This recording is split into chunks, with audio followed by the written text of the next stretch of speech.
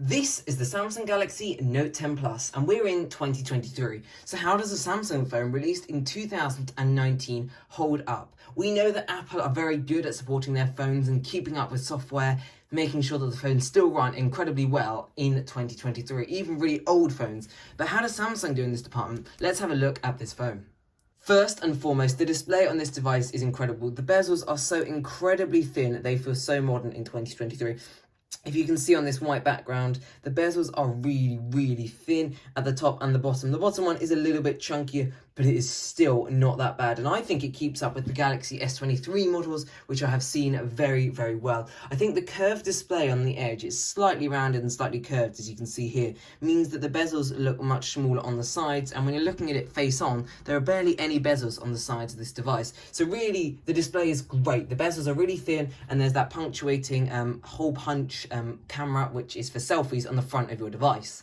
Okay, so speaking of cameras, here's a cactus plant I have. You can see the quality here recorded on an Apple iPhone 12 Pro. It's very high quality video from this phone. So the camera on the Galaxy Note 10 Plus, this is a selfie photo of the same cactus plant.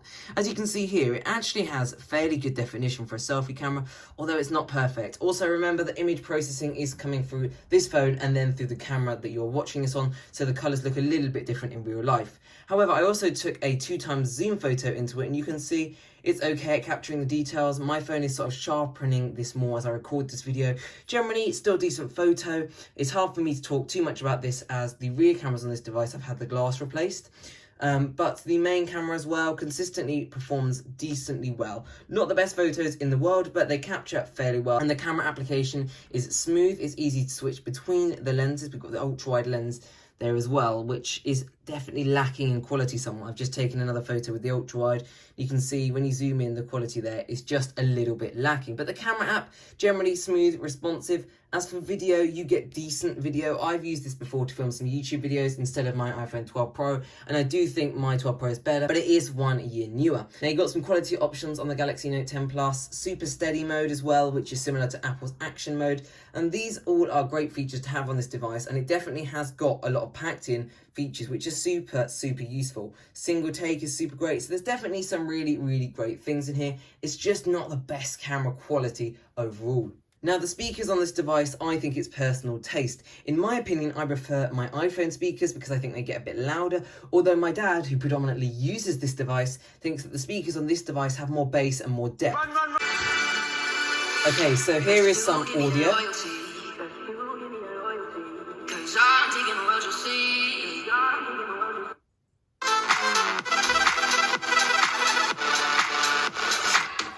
So the audio is absolutely not bad on this device, definitely great for streaming and watching content, especially with this display, which I'm coming onto shortly. However, I would say there are some better speakers, but generally very good for day-to-day browsing, listening to audiobooks, watching videos. That'll be absolutely great on this device. Now the display on this device is 6.3 inches, and this display, as I've already briefly commented on, looks very modern because of the bezels, but the actual display quality is incredibly good on this device.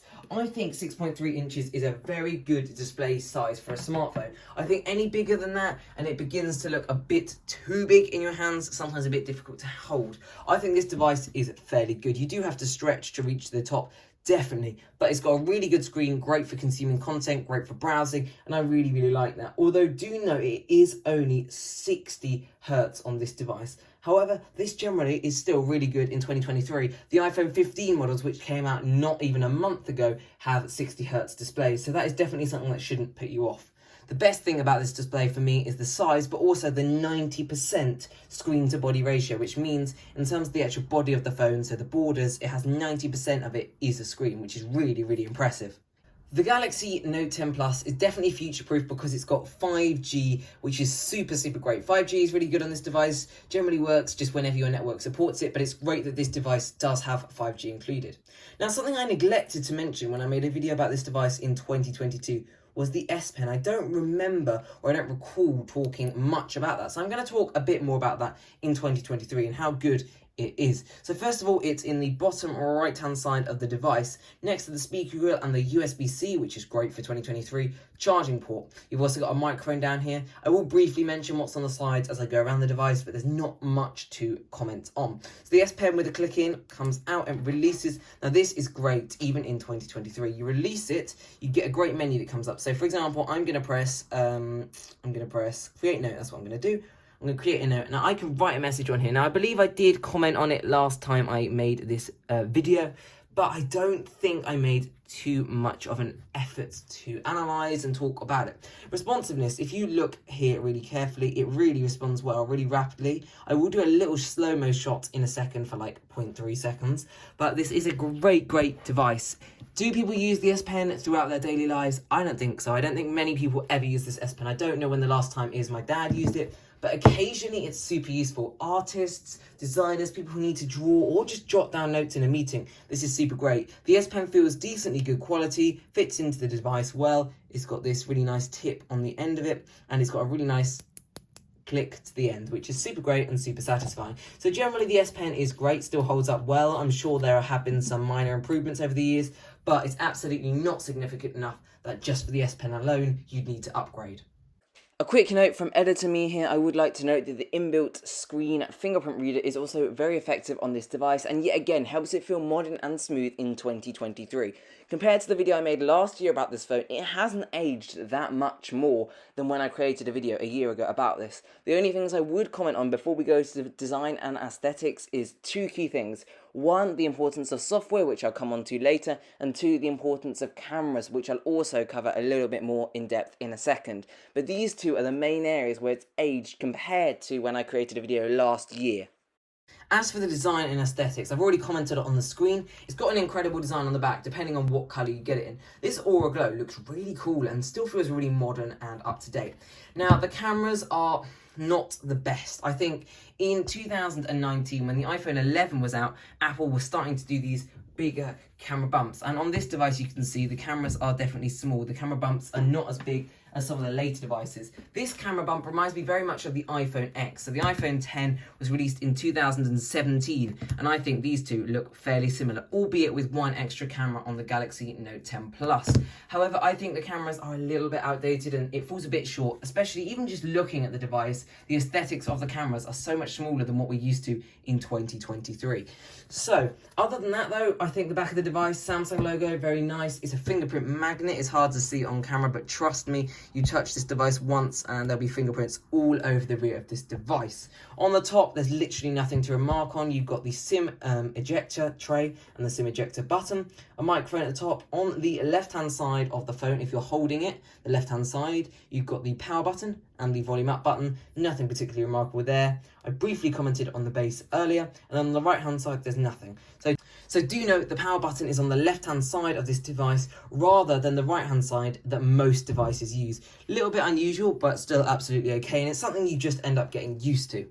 Now, last but absolutely not least is the software on this device. The latest software that this device will run is One UI 4.1 and Android version 12.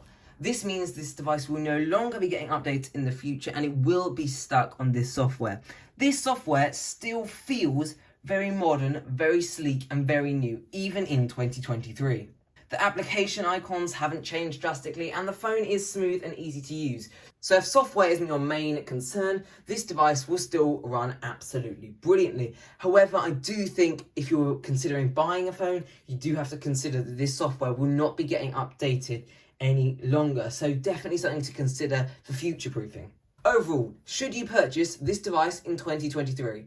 Unless you can get a very good used deal on this device, I don't think so. I don't think it's worth a lot of money. It's a great phone, it's smooth, it does everything really well. It lacks in the camera department and it will be lacking in the software department as new software continues to be released.